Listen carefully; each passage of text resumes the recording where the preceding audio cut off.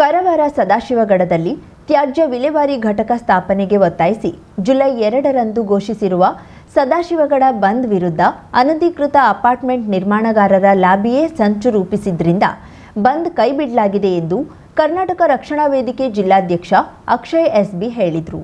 ಕಾರವಾರ ನಗರದಲ್ಲಿ ನಡೆದ ಸುದ್ದಿಗೋಷ್ಠಿಯಲ್ಲಿ ಮಾತನಾಡಿದ ಅವರು, ಸದಾಶಿವಗಡದ ಅನಧಿಕೃತ ಅಪಾರ್ಟ್ಮೆಂಟ್ಗಳಲ್ಲಿ ಸಾವಿರಾರು ಹೊರ ರಾಜ್ಯದ ಕಾರ್ಮಿಕರು ವಾಸವಿದ್ದು, ಅವರಿಂದ ಉತ್ಪತ್ತಿಯಾಗುವ ಹಸಿ ಒಣ ಕಸಕ್ಕೆ ತ್ಯಾಜ್ಯ ವಿಲೇವಾರಿ ಘಟಕ ಇಲ್ಲದ ಕಾರಣ ಊರು ಕಸದ ಸಮಸ್ಯೆಯಿಂದ ನರಳುತ್ತಿದೆ. ತಮ್ಮ ಅಕ್ರಮ ಕಟ್ಟಡಗಳ ವಿಚಾರ ಬಯಲಾಗದಂತೆ ಮಾಡಲು ಕೆಲ ಬಿಲ್ಡರ್ಗಳು ಕಸದ ವಾಹನ, ಸಿಸಿಟಿವಿ ಹಾಗೂ ಜಾಗ ದಾನ ಮಾಡುವ ಭರವಸೆಗಳ ಮೂಲಕ ಬಂದ್ ಹತ್ತಿಕ್ಕಲು ಯತ್ನಿಸುತ್ತಿದ್ದಾರೆ ಎಂದು ದೂರಿದರು.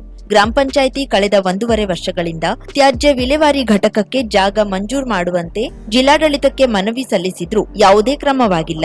ಇತ್ತೀಚೆಗೆ ಪಿಡಿಒ ಮತ್ತು 6 ತಿಂಗಳ ಕಾಲಾವಕಾಶ ಕೋರಿದ್ದು, ಸೂಕ್ತ ವ್ಯವಸ್ಥೆ ಕಲ್ಪಿಸದೆ ಸಾರ್ವಜನಿಕರ ವಿರುದ್ಧ ಪ್ರಕರಣ ದಾಖಲಿಸುವುದು ಹಾಗೂ ನೀರಿನ ಸಂಪರ್ಕ ಕಡಿತಗೊಳಿಸುವ ಎಚ್ಚರಿಕೆ ನೀಡುತ್ತಿರುವುದು ಸರಿಯಲ್ಲ ಎಂದರು.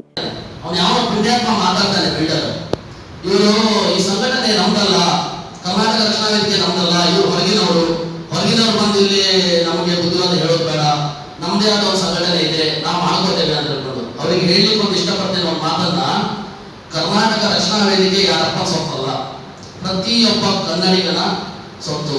ಕನ್ನಡ ಪದ ಇದು ಬೇರೆ ದೇಶಗಳಿವೆ, ಇದು ಕನ್ನಡ ಪದ ನೆಲ, ಜಲ, ಮಣ್ಣು, ಭಾಷೆ ಅಂತ ಬಂದಾಗ ಹೋರಾಡುವಂತ ಸಂಘಟನೆ ನಮ್ದು. ಪ್ರವೀಣ್ ಕುಮಾರ್ ಶೆಟ್ಟಿ ಬಣ ಇನ್ನು ಮಟ್ಟ ನೀವು ನೋಡಿರ್ಬೋದು, ಕಾರವಾರದಲ್ಲಿ ಎಲ್ಲೂ ಕೂಡ ಬೇಡದ ಕೆಲಸ ಕೈ ಹಾಕಿದ್ದಿಲ್ಲ.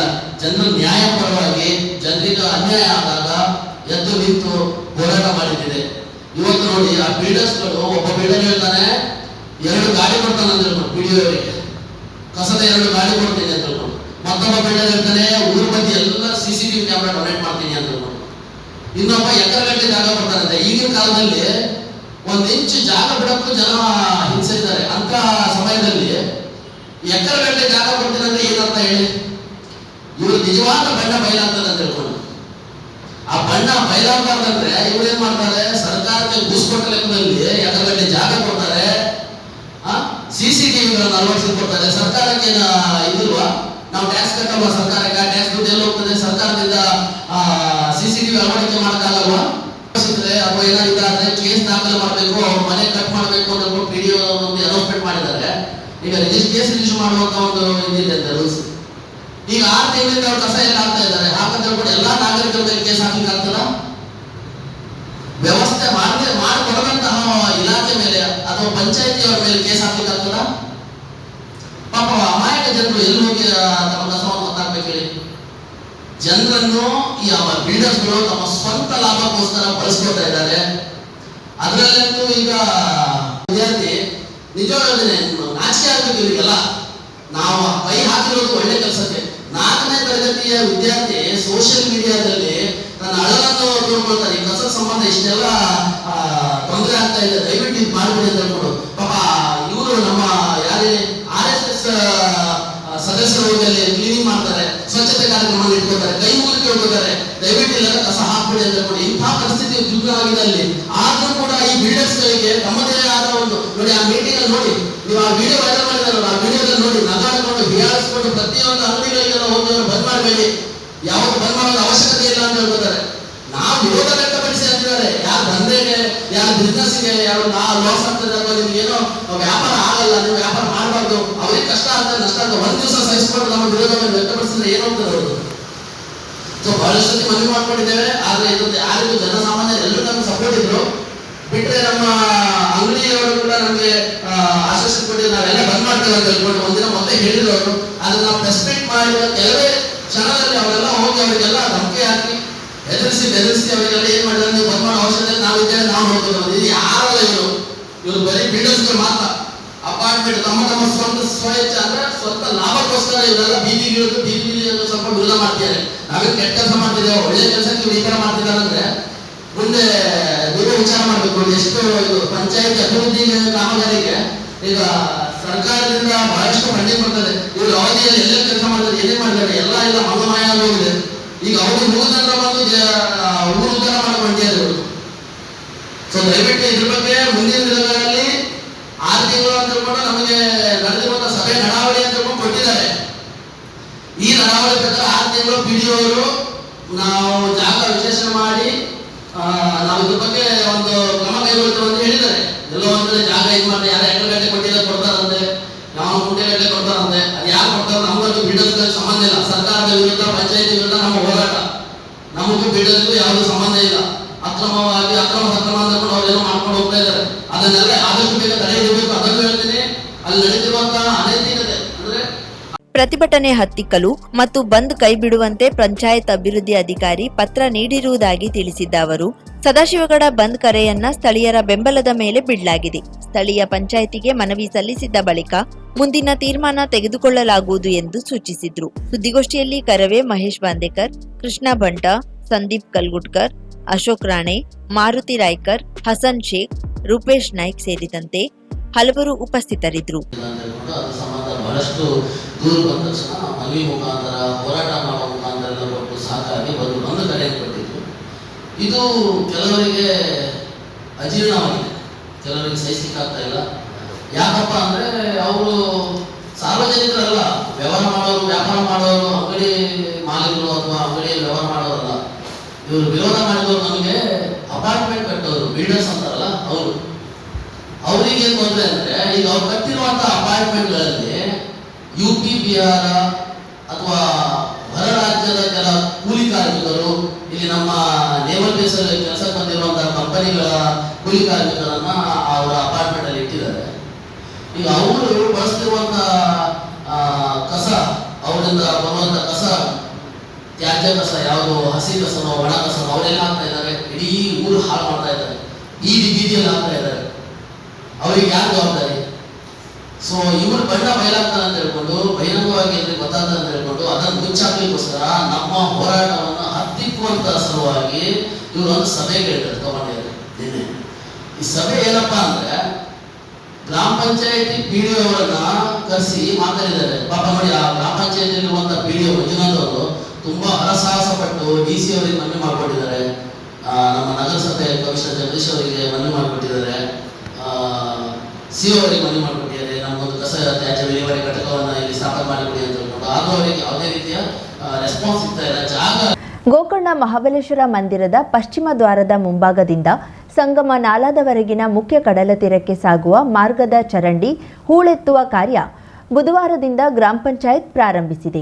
ಚರಂಡಿ ಹೂಳು ತೆಗೆಯದ ಪರಿಣಾಮ ರಸ್ತೆ ಜಲಾವೃತಗೊಂಡು ದೇವಾಲಯಕ್ಕೆ ದರ್ಶನ ತೆರಳುವ ಭಕ್ತರಿಗೆ ತೊಂದರೆಯಾಗುತ್ತಿರುವುದು ಹಾಗೂ ಇದೇ ನೀರು ಮಂದಿರದ ಭೋಜನ ಶಾಲೆಗೆ ನುಗ್ಗಿ ತೊಂದರೆಯಾಗಿರುವ ಬಗ್ಗೆ ಮುಂಜಾವು ಡಿಜಿಟಲ್ ವರದಿ ಪ್ರಕಟಿಸಿತ್ತು. ಇದರ ಪರಿಣಾಮ ಶಾಸಕ ದಿನಕರ್ ಶೆಟ್ಟಿ ಮಂಗಳವಾರ ಸ್ಥಳಕ್ಕೆ ಆಗಮಿಸಿ ಪರಿಶೀಲನೆ ನಡೆಸಿ ಚರಂಡಿ ಸ್ವಚ್ಛಗೊಳಿಸುವಂತೆ ಗ್ರಾಮ ಪಂಚಾಯತ್ ಅಭಿವೃದ್ಧಿ ಅಧಿಕಾರಿಗಳಿಗೆ ಖಡಕ್ ಸೂಚನೆ ನೀಡಿ ಸಬೂಬು ಹೇಳದೆ ಕಾರ್ಯ ಪೂರ್ಣಗೊಳಿಸಿ ಎಂದು ಆದೇಶಿಸಿದ್ರು. ಅದರಂತೆ ಈ ಸ್ವಚ್ಛತಾ ಕಾರ್ಯ ಆರಂಭಿಸಲಾಗಿದೆ. ಈ ವೇಳೆ ಗ್ರಾಮ ಪಂಚಾಯತ್ ಅಭಿವೃದ್ಧಿ ಅಧಿಕಾರಿ ವೆಂಕಟರಮಣ ಪಟಗಾರ್, ಕಾರ್ಯದರ್ಶಿ ಮಂಜುನಾಥ್, ಮಾಜಿ ತಾಲೂಕ್ ಪಂಚಾಯತ್ ಸದಸ್ಯ ಮಹೇಶ್ ಶೆಟ್ಟಿ ಸೇರಿದಂತೆ ಸ್ಥಳೀಯರು, ಪೊಲೀಸ್ ಸಿಬ್ಬಂದಿಗಳು ಉಪಸ್ಥಿತರಿದ್ದರು. ಸಂಗಮನಾಲಾ ಸೇತುವೆಯನ್ನ ಸಹ ಆಕ್ರಮಿಸಿ ಹಾಕಿದ ಅಂಗಡಿಗಳು ಚರಂಡಿ ಮೇಲೆ ಇಟ್ಟ ಅಂಗಡಿ ಪರಿಕರವನ್ನ ತೆರವುಗೊಳಿಸಿದ ಪರಿಣಾಮ 200 ಮೀಟರ್ನಷ್ಟು ದೂರದಲ್ಲಿನ ಕಡಲ ತೀರ ಸಹ ಮಂದಿರದ ಮುಂಭಾಗದಿಂದ ಸುಂದರವಾಗಿ ಗೋಚರಿಸುತ್ತಿದೆ. ಇದೇ ರೀತಿ ಎಲ್ಲೆಡೆ ಒತ್ತುವರಿ ತೆರವುಗೊಳಿಸಿ ವಿಶಾಲ ಜಾಗವಿರುವಂತೆ ನೋಡಿಕೊಳ್ಳಬೇಕು ಎಂದು ಸಾರ್ವಜನಿಕರು ಆಶಿಸಿದ್ದಾರೆ. ಕರಾವಳಿ ಮುಂಜಾವು ಡಿಜಿಟಲ್ ನ್ಯೂಸ್, ವಿನಾಯಕ್ ಶಾಸ್ತ್ರಿ, ಗೋಕರ್ಣ.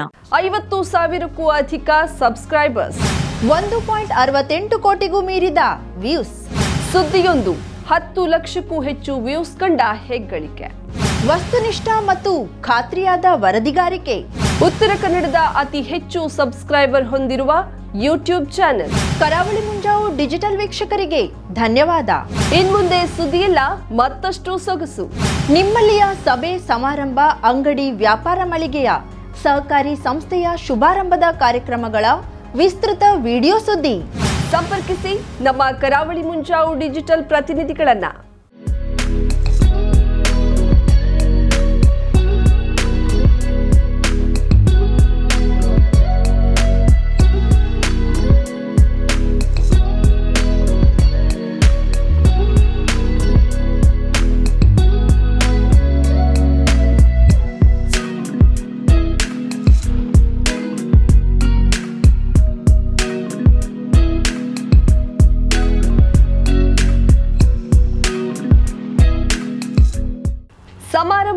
ನಿಮ್ಮದು, ಸಂಭ್ರಮ ನಮ್ಮದು.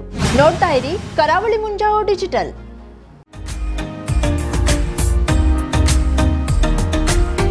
ಮಿಲನ್ ಎಂಟರ್ಪ್ರೈಸಸ್ ಬೃಹತ್ ಎಲೆಕ್ಟ್ರಾನಿಕ್ ಹಾಗೂ ಫರ್ನಿಚರ್ ಮಳಿಗೆ. ಉತ್ತರ ಕನ್ನಡ ಜಿಲ್ಲೆಯಲ್ಲೇ ಅತಿ ಹೆಚ್ಚು ಮಳಿಗೆಗಳನ್ನ ಹೊಂದಿರುವ, ಅತಿ ಹೆಚ್ಚು ಸಂತೃಪ್ತ ಗ್ರಾಹಕರನ್ನ ಹೊಂದಿರುವ ಮೂಲಕ ಹೆಗ್ಗಳಿಕೆಗೆ ಪಾತ್ರವಾಗಿರುವ ಏಕೈಕ ಸಂಸ್ಥೆ ಮಿಲನ್ ಎಂಟರ್ಪ್ರೈಸಸ್. ನಮ್ಮ ಮಳಿಗೆಗಳಲ್ಲಿ ಪ್ರಸಿದ್ಧ ಕಂಪನಿಗಳ electronic refrigerator, washing machine, LED TV, ಎಸಿಗಳು ಲಭ್ಯ. ಭಾರತದ ಕರಾವಳಿ ಹವಾಮಾನಕ್ಕೆ ಹೊಂದಿಕೊಳ್ಳುವ ನಂಬರ್ 1 ಬ್ರ್ಯಾಂಡ್ ಆದ ಗೋದ್ರೇಜ್ ಕಂಪನಿಯ ಕಪಾಟು, ಆಫೀಸ್ ಟೇಬಲ್, ಆಫೀಸ್ ಚೇರ್, ಬ್ಯಾಂಕ್ಗಳಿಗೆ ಹಾಗೂ ಚಿನ್ನದ ಅಂಗಡಿಗಳಿಗೆ ಬೇಕಾಗುವ ಸೇಫ್ ಲಾಕರ್ಗಳು ಅತಿ ಕಡಿಮೆ ಬೆಲೆಯಲ್ಲಿ ಲಭ್ಯವಿದೆ. Teak wood sofa set, wooden dining table ಹಾಗೂ ಗ್ರಾಹಕರಿಗೆ ಬೇಕಾಗುವ ಅಳತೆಯಲ್ಲಿ ನಿಮ್ಮ ಮನೆಗೆ ಹೊಂದಿಕೊಳ್ಳುವ ಹಾಗೆ ಫರ್ನಿಚರ್ ಗಳನ್ನ ಮಾಡಿಕೊಡಲಾಗುವುದು. ಕಸ್ಟಮೈಸ್ಡ್ ಕಿಚನ್, ವಾರ್ಡ್ರೋಬ್ ಗಳನ್ನ ಅತಿ ಹೆಚ್ಚು ವರ್ಷಗಳ ಕಾಲ ಬಾಳಿಕೆ ಬರುವ ಹಾಗೆ ವಾರಂಟಿಯೊಂದಿಗೆ ಮಾಡಿಕೊಡಲಾಗುವುದು. ನಮ್ಮಲ್ಲಿ ಡ್ಯೂರಾಫ್ಲೆಕ್ಸ್, ಗೋದ್ರೇಜ್ ಕಂಪನಿಯ memory foam mattress, orthopaedic mattress, spring ಮ್ಯಾಟ್ರೆಸ್ಗಳು ಕಡಿಮೆ ಬೆಲೆಯಲ್ಲಿ ಲಭ್ಯ. ವಿವಿಧ ಕಂಪನಿಗಳ ನವೀನ ಮಾದರಿಯ mixer, grinder, fan, cooker, tawa, flask, micro ಓವೆನ್ಗಳು ಲಭ್ಯವಿದೆ. 0% ಬಡ್ಡಿಯೊಂದಿಗೆ ಸ್ಥಳದಲ್ಲಿಯೇ ಬಜಾಜ್ ಫೈನಾನ್ಸ್ ನಿಂದ ಸಾಲ ಸೌಲಭ್ಯವಿದೆ.